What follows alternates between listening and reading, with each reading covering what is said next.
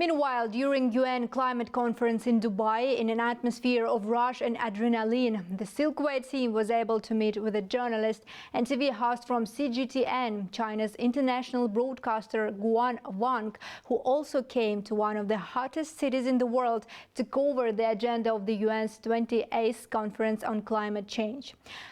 We decided to interview our colleague because he is championing in raising climate change issues, directing his questions to the world's most powerful, but also because Guan Wang interviewed the president of Kazakhstan and said that this interview was among his favorites.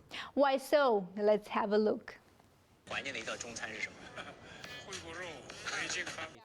First thing that Guan Wang showed us when we met at COP28 in Dubai was a video fragment of his interview with Kazakh President Tokayev. It appeared that Kazakh leader became very popular among Chinese audience, particularly because of his language proficiency. President Tokayev studied in China back in 1980s. In an interview to CGTN's journalist, he named his favorite Chinese dish, specifically spicy one. This single fragment, Guan told us, reached millions of likes on Chinese Douyin platform with over 750 million active users generating content there on the daily basis. I think President Tokayev's style of having this human touch, of humility, of course speaking the Chinese language and loving of the Chinese culture resonated really well with the Chinese, not only on the political level but with grassroots Chinese.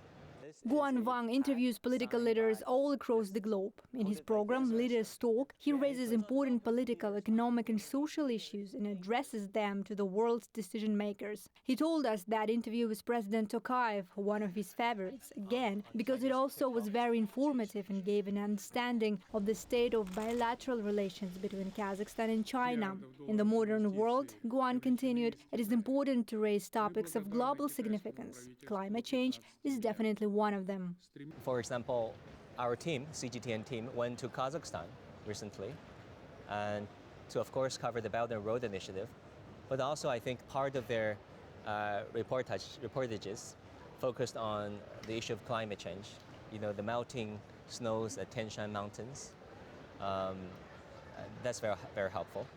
I think there should be more and more reporting like that so that the developed world can pay attention to what's going on in the developing world.